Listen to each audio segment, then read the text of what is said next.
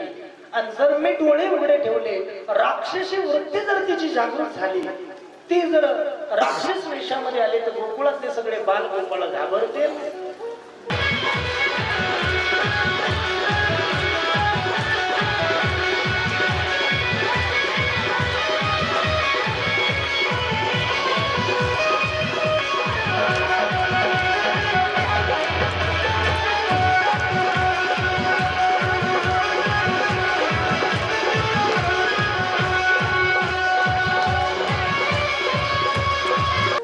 पटापटा म्हणते. आणि भाव आहे, परंतु आता वेळ कमी असल्यामुळे तुम्हाला 2-3 भाव प्रतिपादन केले. कमीत कमी भागवतामध्ये असे जवळजवळ 21 प्रकारचे भाव सांगितलेले. आणि मग पुतना इकडे तिकडे बघते. यशोदा घरामध्ये गेलेली, तेवढ्यामध्ये पटकीने कन्हैयाला घेतलेले पदराच्या आड घातलं. कन्हैयाला असताना पान करायला लागली. भगवान दूध प्राशन केलं भगवंताने, भगवंत विष प्राशन केलेले भगवंताने. आता भगवंत पंचप्राण प्यायला लागलेले. तर यशोदा मैया तेवढ्यामध्ये ते पुतना मावशी म्हणायला लागली, काना काना, अरे सोड सोड सोड. देव म्हणले, हे पहा, मी इथं कोणाला पकडत नाही, आणि पकडलं तर त्याचा काटा काढल्याशिवाय सोडत नाही. पुतना मावशी काही केलं नाही, भगवान तिला सोडायला तयार नाही. ती राक्षसी वेशामध्ये आले. बघा बर का, ती नुसती उठली गोकुळातून. पुतना उठली, एकच पाऊल पुढे टाकला. एक पाऊल पुतनेचा, एक पाऊल म्हणजे पुतना गोकुळातून 18 किलोमीटर लांब जाऊन पडली एका पावलात. मग विचार करा, ती पुतना किती मोठी असेल बलाढ्य. एका पावलात 18 किलोमीटर जाऊन पडली. आणि पुतनेच्या अंगावरती भगवान परमात्मा नृत्य करताना दिसतात. गोकुळातील सगळे लोक गेलेले. अरे काना कहा गे, काना कहा गे. यशोदा मैया भगवंताला पाहायला लागली. पाहता पाहता पाहता दिसलं एक मोठा पर्वत आहे, आणि पर्वतावरती भगवंत बसलेले. तर तो पर्वत नव्हता, ती पुतना मावशी होती. तेवढ्यात नंद बाबा आलेले. तर नंद बाबाने बघितलं पुतनेने माझ्या भगवंताला नेलेले. नंद बाबा गोकुळातील सगळ्या समाजाला सांगायला लागले, गोपाळांनो सावधान. पण म्हणे बाबा, आता पुतनेला आपल्या भगवंताने मारलेले, आता हिचं काय करायचं, काय करायचं म्हणे. आता कुऱ्हाडी आणा, तलवारी आणा, कोयते आणा, तोडा म्हणे तिला हात पाय. आणि त्या पुतनेचे हात पाय कान सगळं सगळं तोडले गेले होते. आणि चिता रचली. भागवतकार सांगतात, त्या पुतनेची चिता जळण्यासाठी 6 महिने गेले. चिता जळायला 6 महिने गेले. मग ती पुतना किती मोठी असेल, प्रचंड. विचार करा. परमात्मा गोकुळामध्ये आणलेलं आहे भगवंताला. गोकुळात भगवंताला आणलेलं आहे. पुन्हा 2 दिवस गेले नाही, तिसऱ्या दिवशी लगेच, तिसऱ्या दिवशी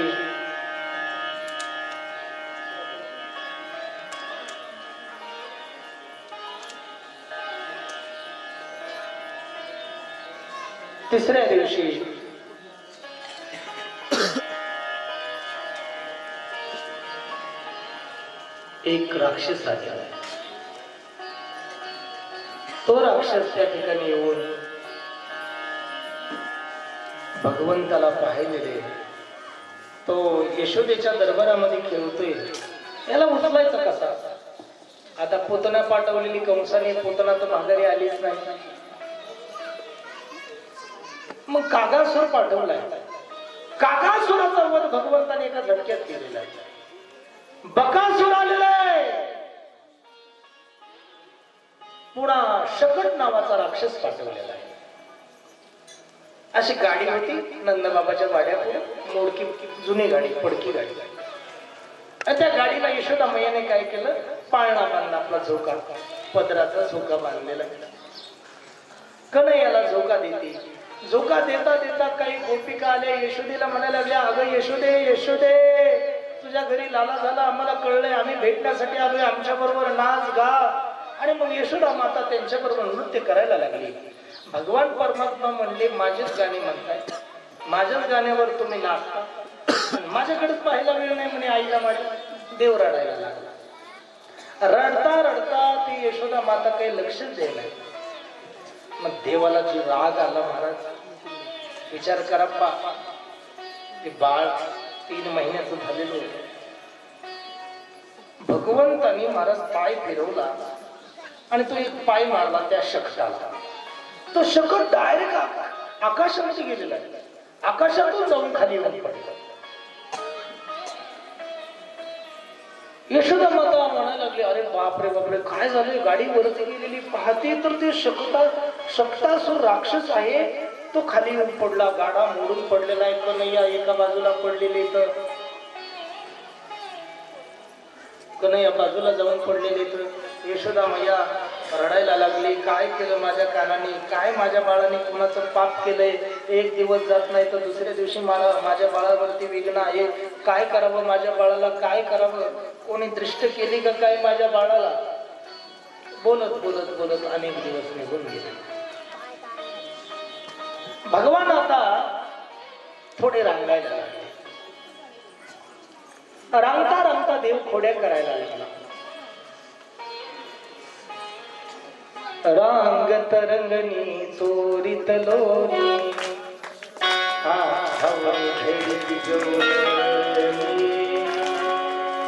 बांधित चरणी दीप्ती करानी, यशोदे साजनी वो नैनिक जोडून तमालने नवल केले साजनी. कृष्ण आळवा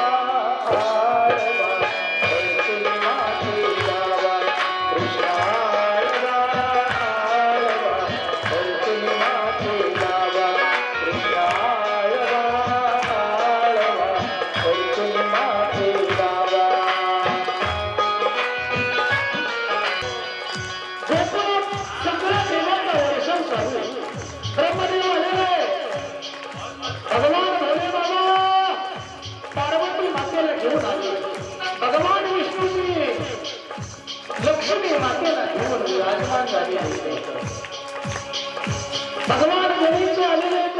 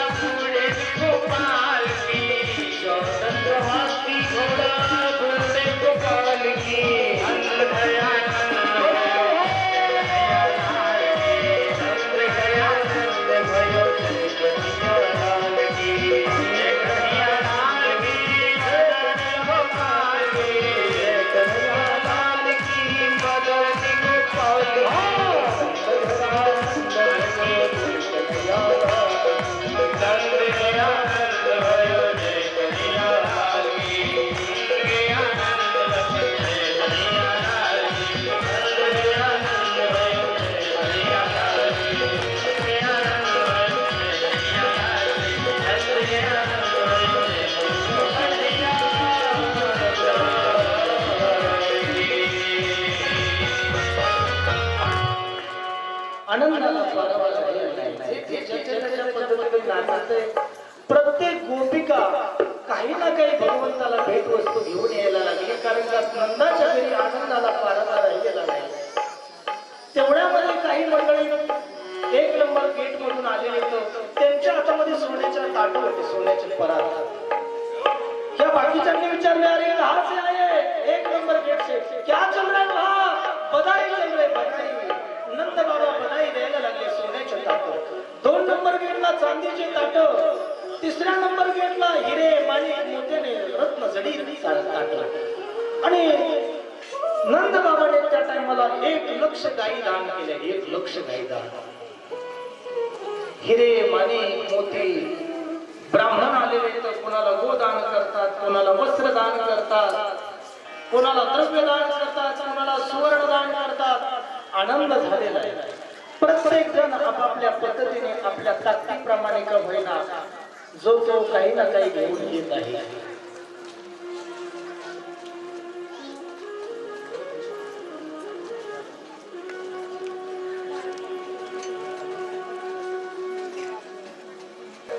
कागासूर, बकासूर, रिठासूर, प्रलंबासूर, पुतना मावशी. ते पुतना मावशी म्हणाली, कंस महाराज फार मोठी गोष्ट नाही, ते छोटी गोष्ट आहे, मी करते म्हणे हे काम. मग पुतना मावशी मथुरेमधून गोकुळला निघाली. दृश्य डोळ्यापुढे घ्या. पुतना मथुरेतून गोकुळाला निघाली आणि गोकुळामध्ये नंद बाबाला कंसाला वर्षाकाठी कर द्यावा लागायचा. मथुरेचा राजा कंस आहे. वर्षाकाठी कर द्यायचा होता, पण मुलाच्या आनंदामध्ये कर देण्याचं विसरून गेले. नंद उत्सव संपला, लक्षात आलं की मथुरेला गेलं पाहिजे, कंसाला कर दिला पाहिजे. कंस करो ग्रहा. कंसाचा कर देण्यासाठी नंद बाबा आता मथुरेला निघाले आणि मथुरेतून पुतना मावशी गोकुळाला लागल्या. नंद बाबाने सांगितलं गोकुळातल्या गोप गोपिकांना, माझ्या कानाचं रक्षण करा, माझ्या कानाकडे लक्ष द्या, मी मथुरेला जात आहे.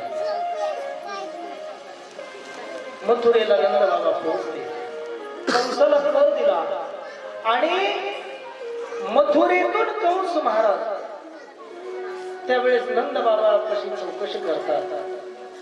अरे ओ नंद जी कैसे हो, बहुत दिन किया आए नहीं, क्या चल रहा है गोकुल में? ए शांत बसा ना, नाही तर गप्पा मारून घ्या तुम्ही, मग आपण कथा चालू करा.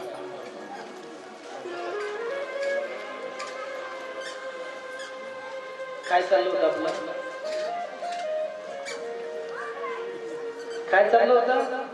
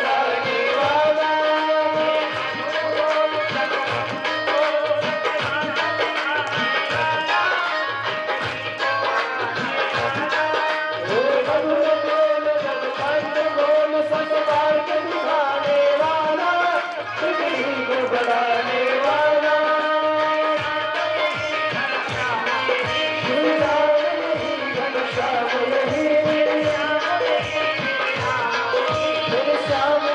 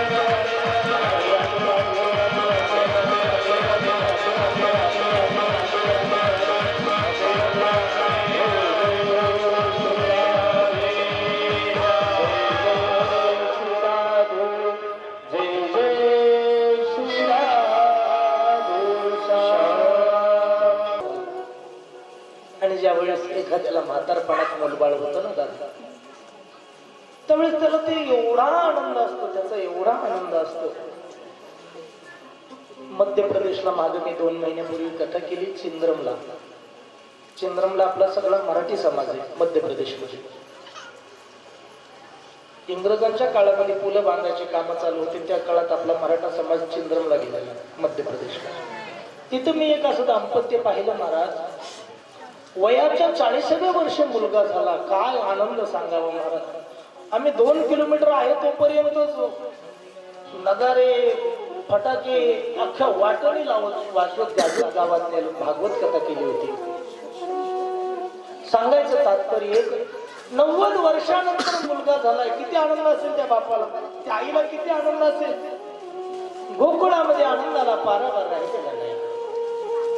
आनंदी आनंद आनंदी आनंद गोकुळात चाललेला. तेवढ्यामध्ये एक जण गडबडीमध्ये निघालेली गोपिका. ती गोपिका नंदबाबाला भेटायला चाललेली. नंदबाबाच्या घरून बऱ्याच जणांना निमंत्रण गेले. नंदबाबाची बहीण, तिचं नाव सुनंदा. 2 महिने गोकुळात आधी थांबली होती सुनंदा.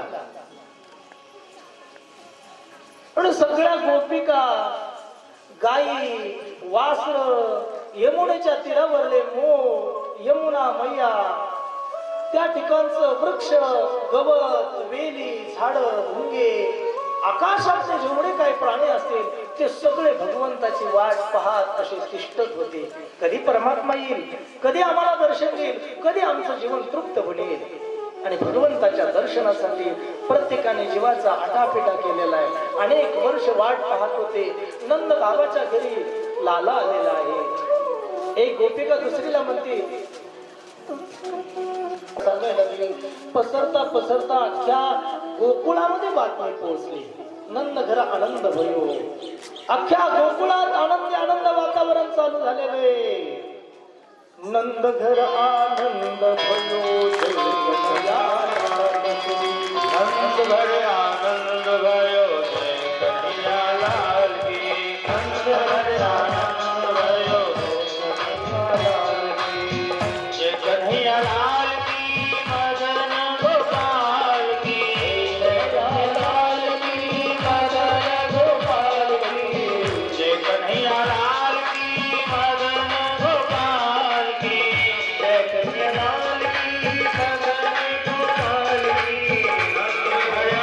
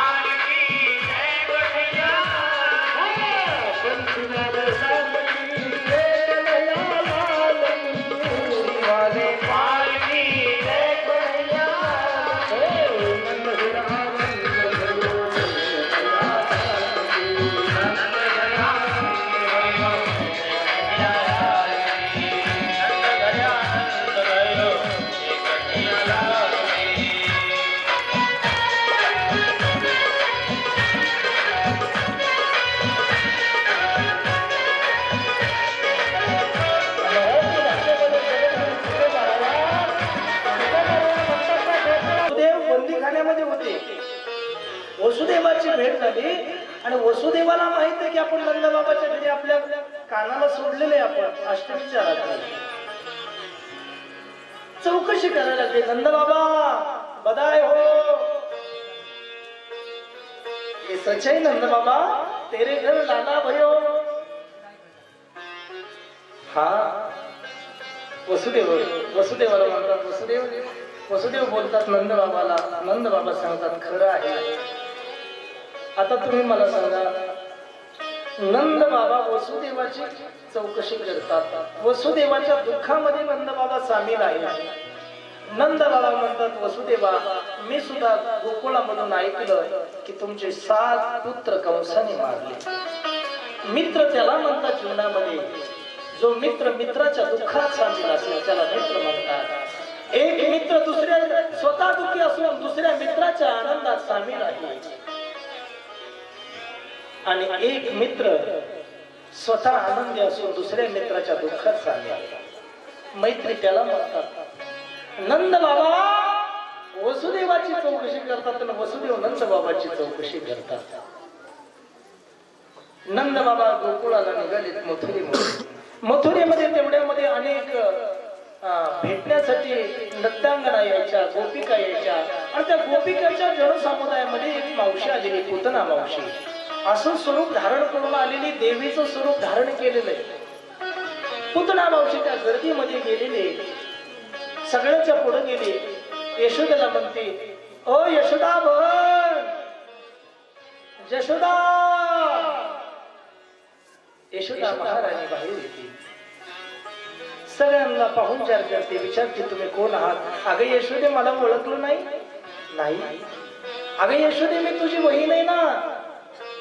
यशोदा म्हणली, माझ्या बापाला मी एकटीच आहे, बहीण कुठून आली.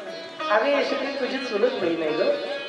यशोदा म्हणते, माझे वडील सुद्धा एकटेच आहेत, चुलत बहीण कुठून आली. अगं यशोदे, लांबच्या नात्याने. ठीक आहे असेल. यशोदे, मला असं कळालं की तुझ्या घरी लाला झालेला आहे, तुझ्या घरी बाळ झालेलं आहे. खूप वर्षानंतर तुझी कूस धन्य झालेली यशोदे, तुला भेटण्यासाठी आलेली ग यशोदे. बाळ कुठं आहे तुझं? कन्हैया पाळण्यात मध्ये झोपलेली होती. यशोदा माता म्हणते, लाला सो गया, झोपलेला.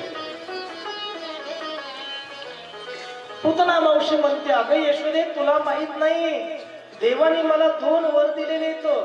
मी जर माझं स्तनपान या बाळाला जर केलं ना, तर या बाळाचं आयुष्य वाढेल आणि या बाळाला खूप मोठं आयुष्य लाभेल.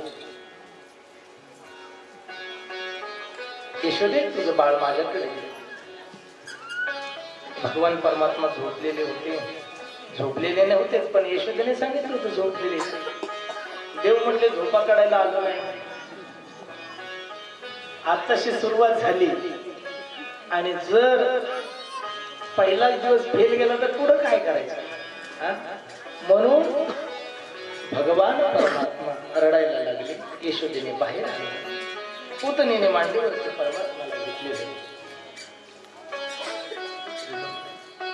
पूतनेने मांडीवरती परमात्म्याला घेतलं आणि राक्षसी असल्यामुळे महाराजांचं स्वरूप एवढं छान होतं की स्वर्गातल्या गंधर्वाच्या पत्नी अप्सरा लाजतील एवढी लावण्य होती दिसायला. भगवंताला घेतलं, स्तनपान करायला लागली. आता भगवंतांनी डोळे मिटलेले, डोळे मिटून भगवान दूध प्राशन करतात.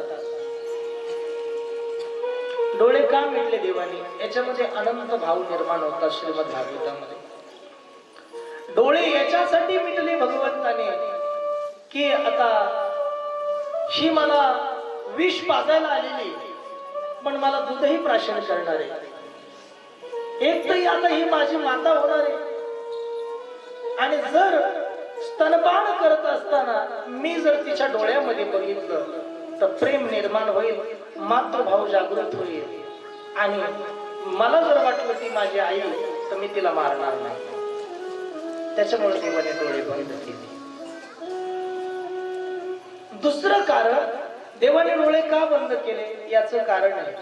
ती कोण होती? पूतना. म्हणजे कोण? राक्षसी. आणि ते भगवंताला विष पाजायला आले होते. कशाला? विष पाजण्यासाठी.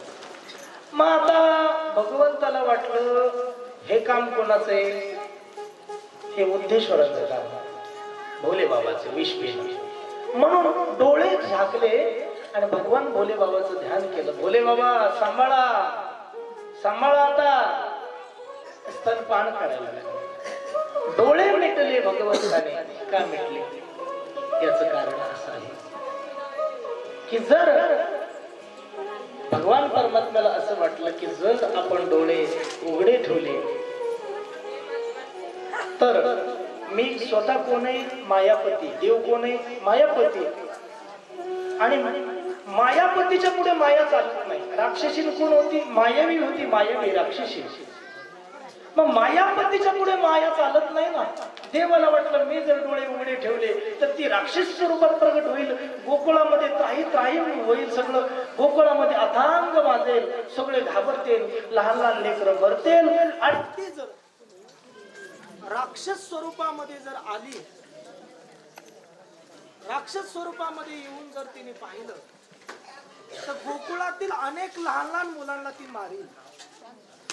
मग मला एकट्याला तिने स्तनपान करण्यासाठी आलेली, जर गोकुळातल्या इतर मुलांना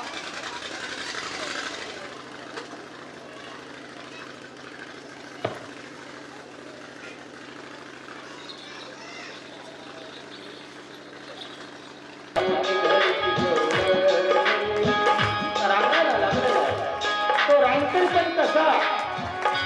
डाव्या गुडघ्याने रांगतो. लहान बाळ ना, लहान बाळ पहिले रांगताना डाव्या गुडघ्यावर रांगत. डाव्या गुडघ्याने रांगत, डाव्या गुडघ्याने रांगत.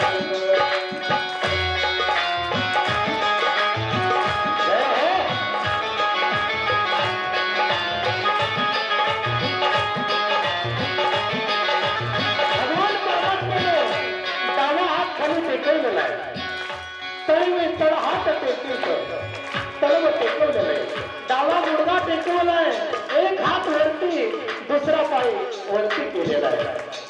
तळवी तळ हात टेकीत, तळवी तळ हात टेकीत. डाव्या गुडघ्याने गुडघ्याने रांगत, डाव्या गुडघ्याने गुडघ्याने रांगत.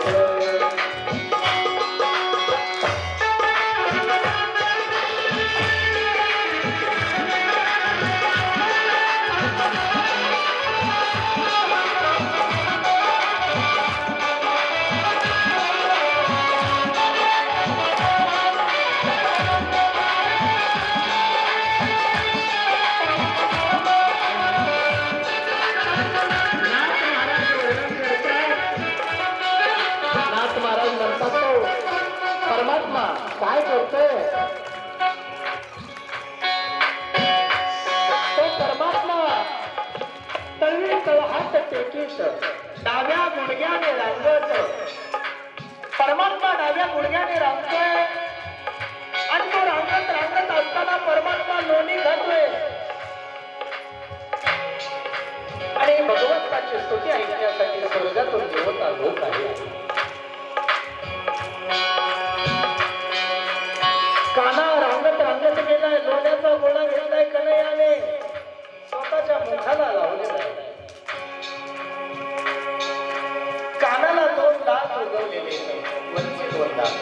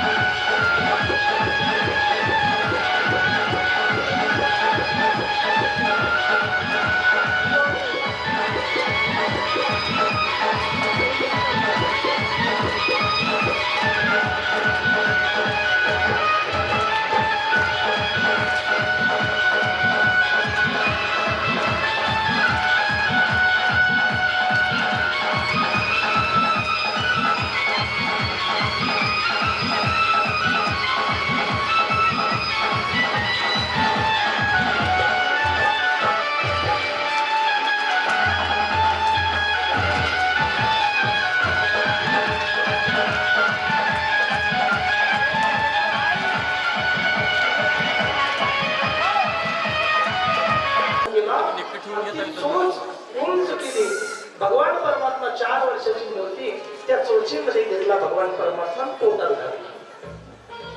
भगवान परमात्म्याला पोटामध्ये घातल्यानंतर भगवंताला वाटलं आपल्याला हा खायला आलेला आहे, मारण्यासाठी आलेला गेलाय, थोडा चमत्कार. काय केलं, आपल्या घरी स्वतःच्याच घरी चोरी करायला सुरुवात केली पहिली. भगवंताचं पाहिलं एका जणाने, ते मला कृष्णा काय करायचं. भगवान म्हणले काय नाही बाबा, आपल्या घरी चोऱ्या चालू करा म्हणे. सगळे गोपाळ आपापल्या घरी चोऱ्या करायला लागले. भगवान परमात्मा चतुर होता चोरी करण्यात.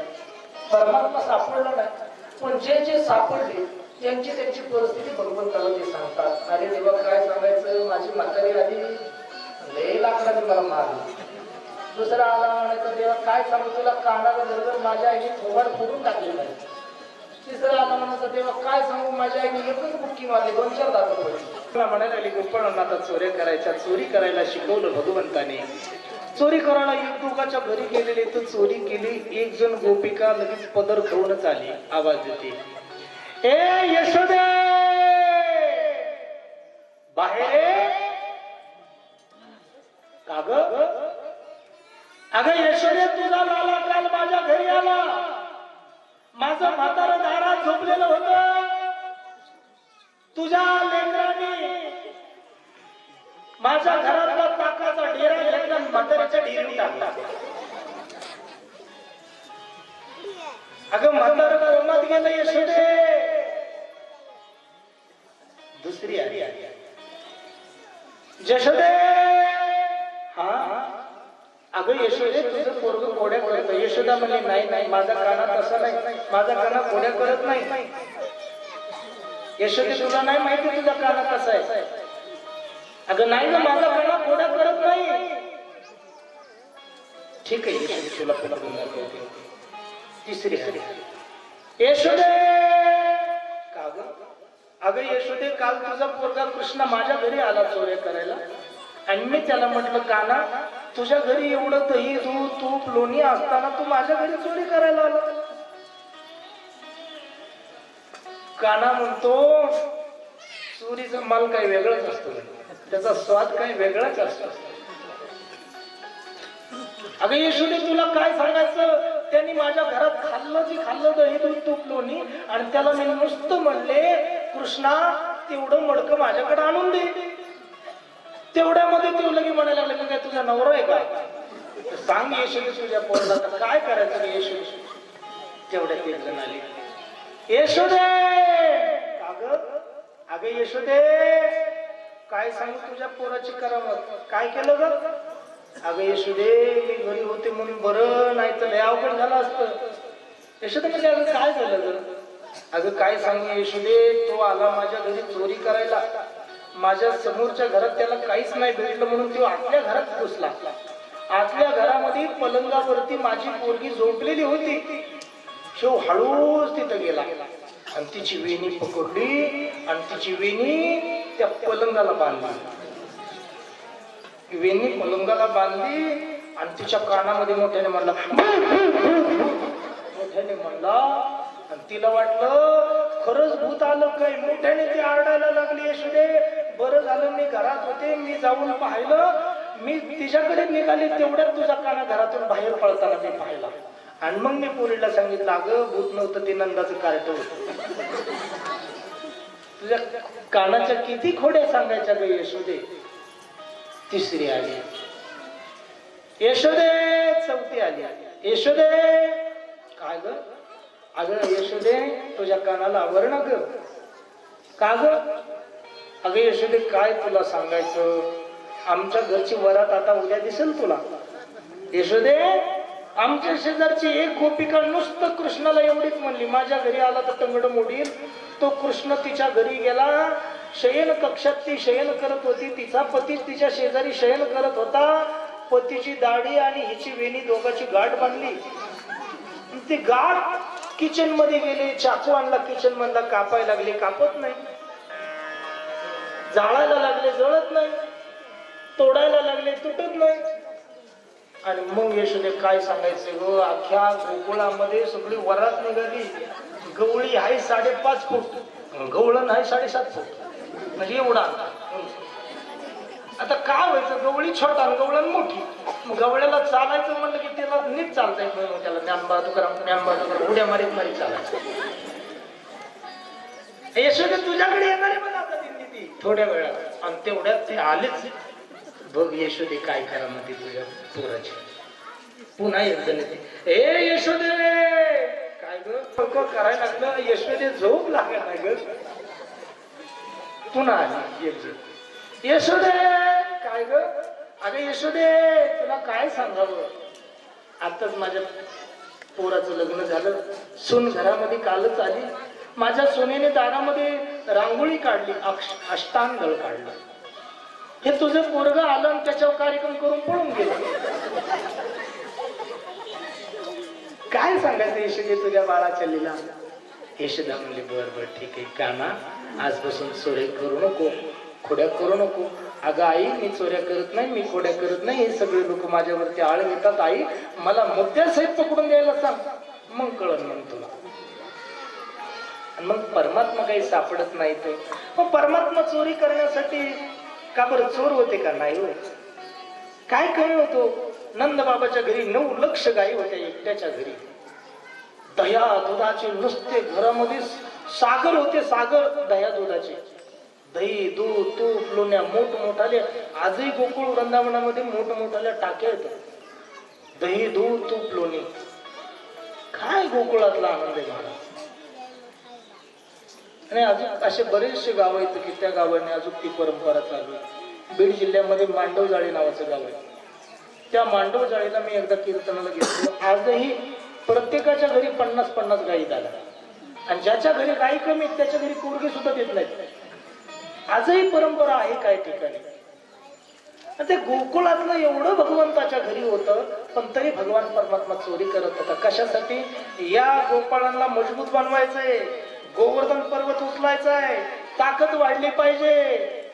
ते गोपाळ सगळे असे वाढलेलेच होते. गोपाळांना विचारलं देवाने, का रे गोपाळांना असे का झाले. काय देवा, दही दूध तूप लोणी सगळं मथुरेला चाललं, ताक मात्र आमच्या डेअरीला राहिलं. ताकामध्ये कसला कस रे देवा. देवाने सांगितलं दही दूध तूप लोणी मथुरेला न्यायचं नाही, सगळ्यांनी इथं ठेवायचं. पण कंसाचा दरारा फार मोठा होता महाराज त्या काळात. कंस राजा होता. भगवान परमात्मा अजून थोडी मोठी झालेली. मग भगवान परमात्मा यमुनेच्या तीरावरती गोपाळांना घेऊन जातात आणि गोपाळांबरोबर विटी दांडू खेळतात. माहिती आहे तुम्हाला. हा विटी दांडू खेळ आहेत माहिती. हा विटी दांडू. सुरपारंब्या माहिती नाही. सुरे म्हणायचं, 4 गडी तिकडून 4 इकडून मध्ये 2. सुरपारंब्या खेळायला लागले. खेळता खेळता लगूरच्या खेळायला लागले. लगूरच्या माहिती तुम्हाला. हा कांदा पोडी माहिती. कांदा पोडी नाही. तुला माहित असेल, हे म्हातारा माणूस आहे, तुला माहित असेल.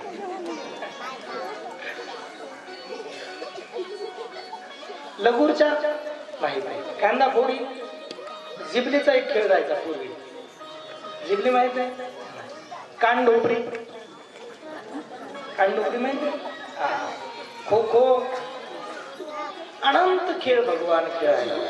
खेळता खेळता एक गेम, तो चेंडू यमुनेमध्ये पडला. गोपाळ रडायला लागले, ए कृष्णा मला बाकी माहित नाही, तू असशील राजाचा पोरगा, तू असशील यशोदा मातेचा, पण मला माझी गेम पाहिजे, मला माझा चेंडू पाहिजे. आणि तो चेंडू डोहामध्ये पडला यमुनेच्या. ज्या डोहामध्ये पडलाय त्या डोहाचं नाव आहे कालियाग्रह. तिथं कालिया नावाचा नाग राहायचा आणि त्याच्या विषाने सगळं यमुनेचं पाणी विषारी झालेले. गायी जर पाणी प्यायला गेली तर गायी बेशुद्ध व्हायची आणि खाली पडायची. पक्षी जरी त्या मार्गाने निघाला तरी पक्षी चक्कर येऊन खाली पडायचे. ते विष एवढं त्याचं प्रचंड होतं. तिथं जेवढे वृक्ष होते ना, वृक्ष सगळे वृक्ष वाळल्या गेले, जळून गेलेले त्या कालियाच्या विषाने. त्याच्यामध्ये कोणीच जात नव्हतं. नेमकं तिथं चेंडू गेलेला आहे. गोपाळ म्हणायला लागले, देवा कृष्णा आम्हाला चेंडू आमचा पाहिजे. भगवान परमात्मा म्हणले अरे त्याच्यामध्ये काली आहे. नाही काही का असं मला सांगू नको, नाही तर माझ्या आईला सांगेल, वडिलाला सांगेल. काना म्हटलं ठीक आहे. भगवंत त्या कळंबाच्या झाडावरती गेले आणि कळंबाच्या झाडावर भगवंताने उडी टाकली डोहामध्ये. जशी भगवंताने डोहात उडी टाकली तशी भगवान परमात्मा तळापर्यंत पोहोचले. तळापर्यंत पोहोचल्याच्या नंतर नागपत्न्या ज्या होत्या ना, त्या नागपत्न्या पोहत पोहत पोहत त्या कन्हैयापाशी आल्या. वाचेने बोलायला लागल्या, अरे देखो कितना नन्हा सा लाला, प्यारा लाला आया है. अगं किती सुंदर बाळ आलेलं आहे. त्या पत्न्या एकमेकीला चर्चा करतात, आवाज देतात त्या बाळाला, ए बाळा, आमचा पती जोपर्यंत झोपलेला आहे तोपर्यंत बाळा तू लवकर वरती जा. जर आमचा पती जागा झाला, तुला जर दंश केला तर बाळा तुझ्या आई वडिलांना कोणी राहणार नाही. भगवान परमात्मा म्हणतात उठव तुझ्या पतीला. त्याचीच हाजरी घ्यायला आलेले, उठव त्याला. त्या कालियाच्या पत्न्या कालियाला जागवायला लागल्या. कालियाने 7 फणे केलेले आहेत. विष पसरायला लागलेलं आहे. प्रचंड विष पसरायला लागला. पण त्याच्या पुढे, भगवंताच्या पुढे त्या विषाचं काही झालं नाही. भगवान परमात्मा त्या कालियाबरोबर युद्ध करायला लागले. पाण्यामध्ये युद्ध चालू आहे. कधी शेपटावरती पाय देतात, कधी फण्यावरती पाय देतात, कधी बुक्की मारतात. सगळं विष त्याचं केलेलं आहे. तो शरण येतो देवाला, देवा शरण येतो भगवंता, मी तुम्हाला मारू नका. मला पत्न्या शरण आलेल्या आहेत, देवा माझ्या पतीला मारू नका, आमचं कुंकू पुसू नका. आम्ही तुम्हाला शरण आलो आहोत, आम्ही तुमची सेवा करू, पण माझ्या पतीला काही करू नका. नागपत्न्यांच्या शब्दानुसार भगवान परमात्मा कालियाला माफ करतात. कालियाला म्हणतात, कालिया अरे तुझ्या या विषारी तुझ्या या वातावरणामुळे इथलं सगळं वातावरण खराब झालंय. सगळं तुझं विष पेलवलेलं आहे. किती प्रचंड विष आहे. देवा मग माझं काय चूक आहे त्याच्यात? जन्माला कोणी घातलं? मला तुम्हीच घातलं ना. विष कोणी दिलं माझ्या दातामध्ये? तुम्हीच दिलं ना.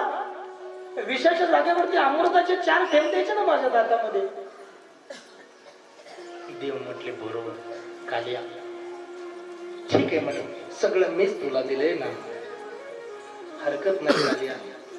पण कालिया आता इथून आजपासून तू इथं राहायचं नाही. गोपाळ इथं खेळायला येतात, पशु पक्षी इथून जातात, वृक्ष सुकलेले येतं, तू आजपासून इथं राहायचं नाही. तेव्हा मग मी कुठं जाऊ? रमणद्वीपावरती जा. मग रमणद्वीपावरती भगवान परमात्माने सांगितल्या पद्धतीने कालिया निघालेला आहे. भगवान म्हणतात मला वरती सोड.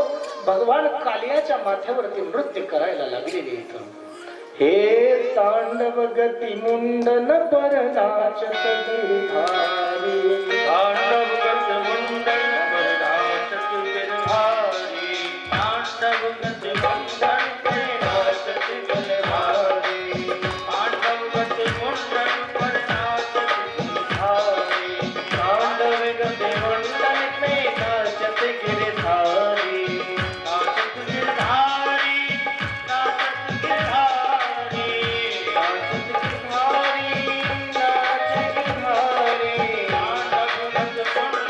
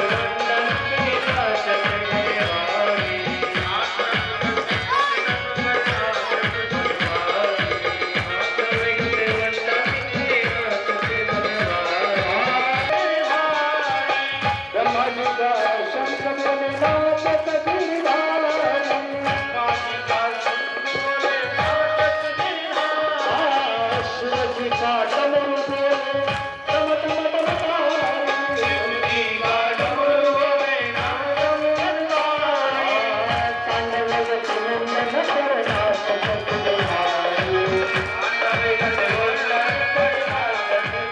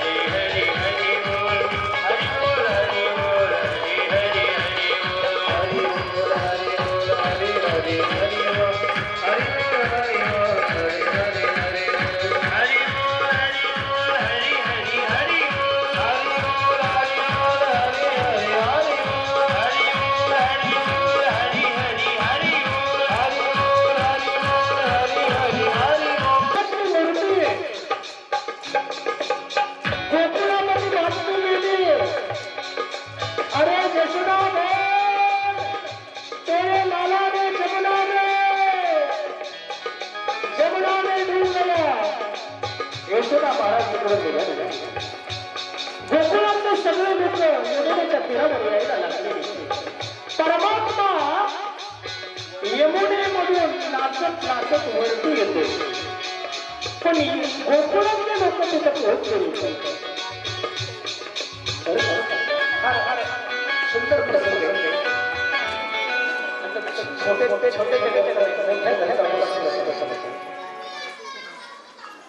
परमात्मा नागावरती नाचत नाचत तळापासून यमुनेच्या तळापासून वरती निघाले आणि यशोदा मैया यमुनेच्या तीरावर आल्या.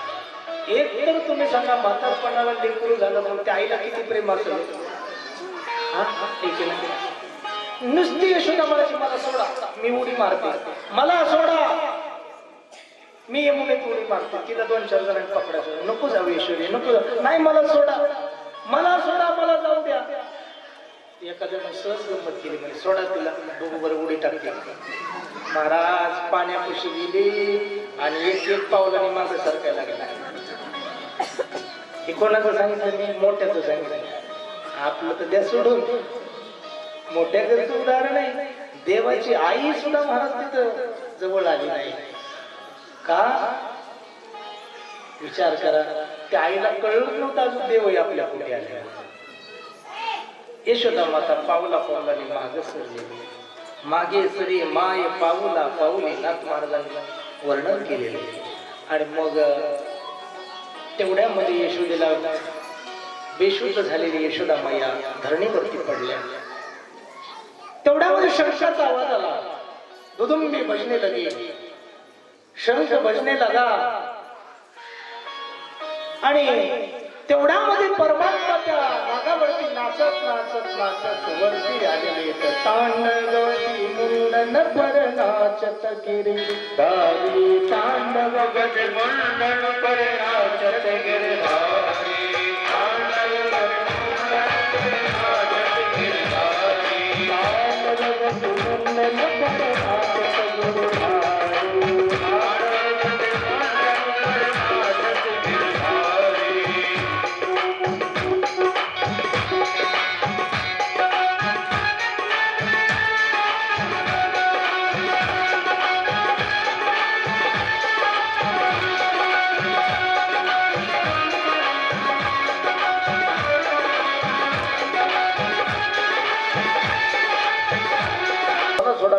सोडतो, मला सोडा. त्याला सोडून दिलं ना ते काहीच करत नाही. एक गमक असतं, फक्त ते लोकांना भीती दाखवायला तसं करतो. तशी यशोदा मैया तिथं पडलेली, भगवान परमात्मा कालियावरती कालिया मर्दन करून परमात्मा वरती आला. गोकुळातल्या सगळ्या पेंड्या, वाकड्या, बोबड्या, सिदामा, सुदामा, मधुमंगल सगळ्या गोपाळांनी भगवंताला खांद्यावरती घेतलं आणि आनंदात नाचत नाचत नाचत गेले. नंद घर आनंद भयो, पुन्हा घोषणा चालू झाल्या. गोकुळामध्ये महाराज परमात्म्याने खूप खूप लीला केलेली आहेत. पण भगवान परमात्म्याला असं वाटायला लागलं, मी नुसताच लीला करत राहिलो तर माझ्या आई वडिलाला सोडवणार कोण?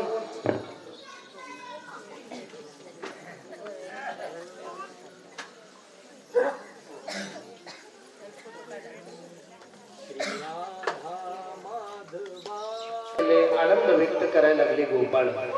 परमात्मा आता थोडे मोठे झालेले तर भगवान परमात्मा जसे जसे मोठे व्हायला लागले तसं तसे गोकुळामध्ये संकट येत राहिले. कंस तिकडून एक एक एक एक पाठवतोय आणि परमात्मा तिकडला आलेला व्यक्ती परत माघारी जाऊ देत नाही. इकडं आला की इकडंच गायब. जो राक्षसी त्याचा उद्धार देव करायचा. एक लक्षात घ्या, देवाने ज्याला मारलेले त्याचा निश्चित उद्धार आहे. कृष्ण त्याला म्हणतात जो करोडो क्विंटलचं सुदर्शन चक्र हातामध्ये फिरू शकतो, पण 100 शिव्या होईपर्यंत अजिबात शस्त्र बाहेर काढत नाही, त्याला कृष्ण म्हणतात. शिशुपालाचे 100 वध ज्यावेळेस झाले त्यावेळेस भगवंताने शस्त्र काढलं. अहो, करोडो टनाचा गिरी गोवर्धन तो करंगोळी उचलू शकतो. तो परमात्मा मुरली वाजवताना दोन्ही हात घेतो. अगम्य सामर्थ्य परमात्म्याचं. फक्त भक्तांसाठी परमात्मा लीला करत असतो. काय त्या गोकुळातली अवस्था होती महाराज. पहिले जे गोकुळ होतं आणि आताच जे गोकुळ आहे त्या गोकुळामध्ये शब्द राहिलेले नाहीत वर्णन करायला. घरोघरी झाला लक्ष्मीचा वास, दैन्य दारिद्र्यास. जिथं देव येतो ना दादा तिथं दारिद्र्य राहत नाही. म्हणून देवाला पहिला आपलंसं करा. देवाला ज्याने आपलंसं केलंय ना महाराज त्याला जगात काहीच कमी नाही. देव कशा कशामध्ये आहे? देव सध्या आपल्या कर्मामध्ये आहे. आपण जेवढे चांगले कर्म करू तेवढा देव आपल्याला लवकर भेटत. ज्या टायमाला महाराज यशोदा मैयाला पुतना मावशीला वध केला भगवंताने आणि लक्ष्मीचा घरी वास व्हावा म्हणून यशोदा मैयाने कानाला घरी आणला. राक्षसीनेच दूध पिलेलं आहे.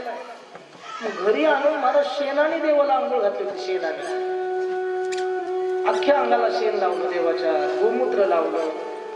शेणामध्ये लक्ष्मीचा वास आहे. म्हणून प्रत्येकाने आपापल्या घरी एक गाई सांभाळली पाहिजे.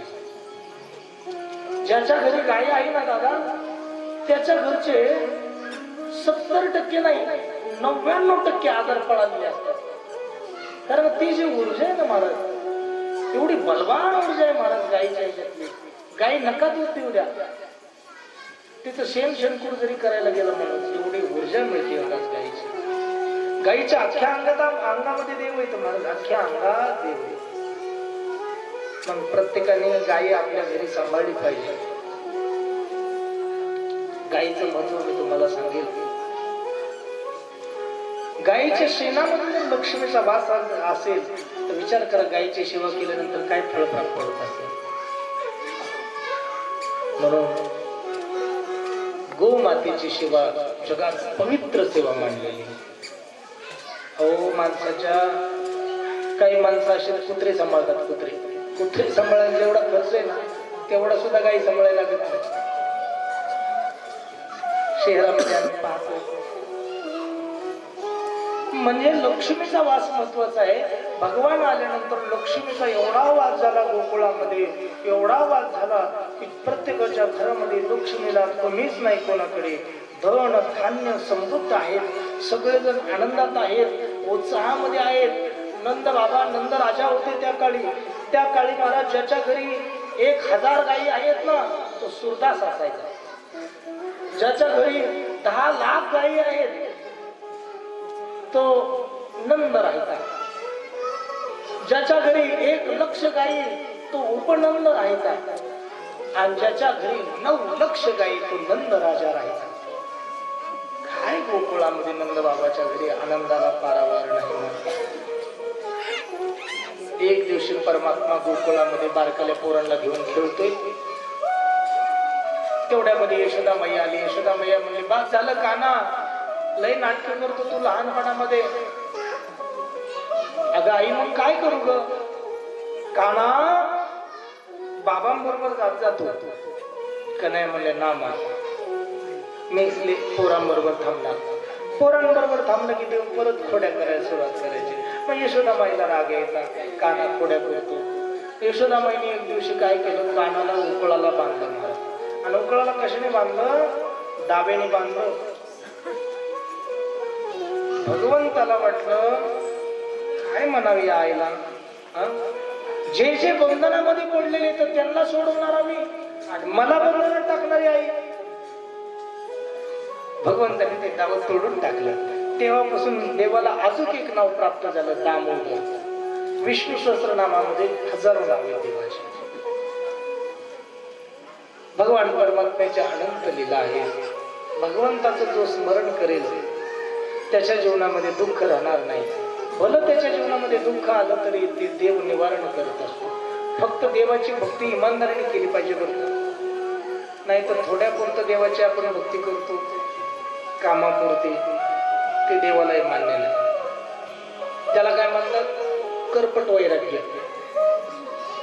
म्हणजे एखादा माणूस जर स्मशानात फिरायला गेला ना त्याला स्मशानात आहे तोपर्यंत असं वाटतं काय खरं नाही बरं. काय खरं नाही.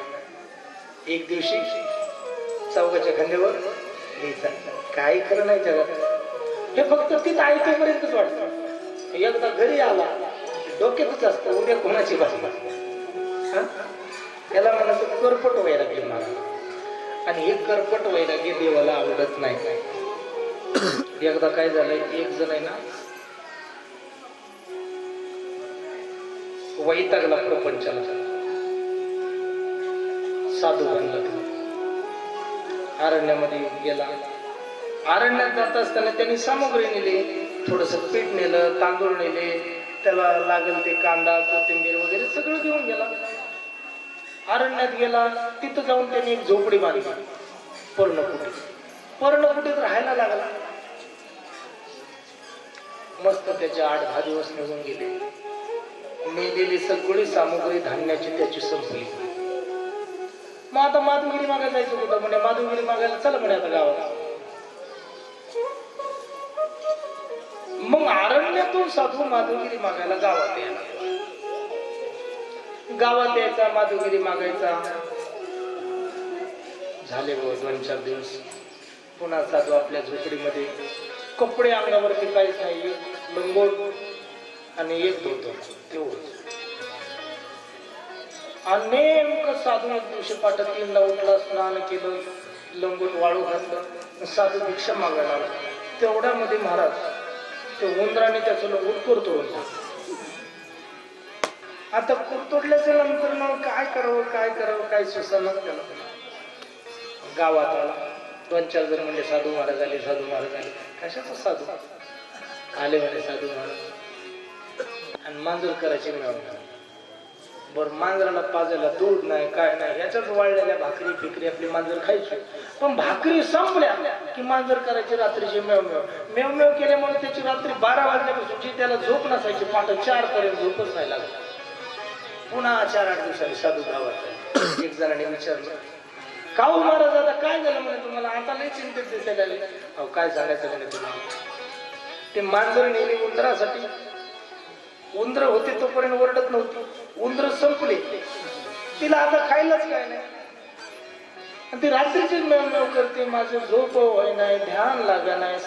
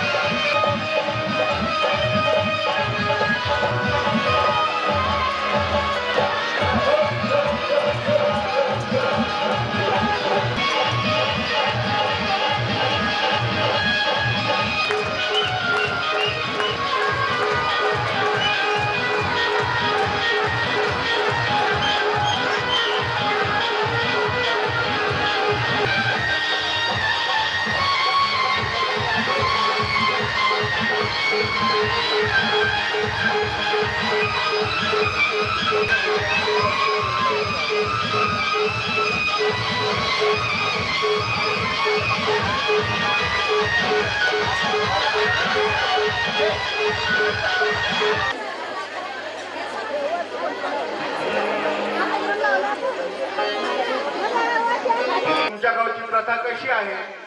आम्ही म्हणालो काही भक्तगण देणगी देत आहे आणि महाराजांच्या सूचनेनुसारच गेल्या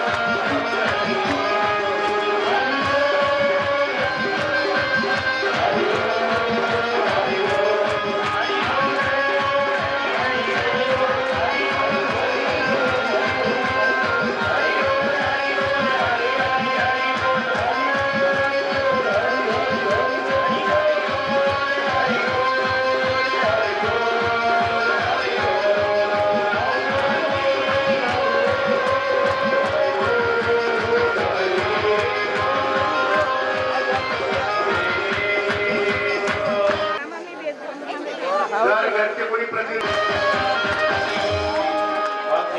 साधेराव बिरादार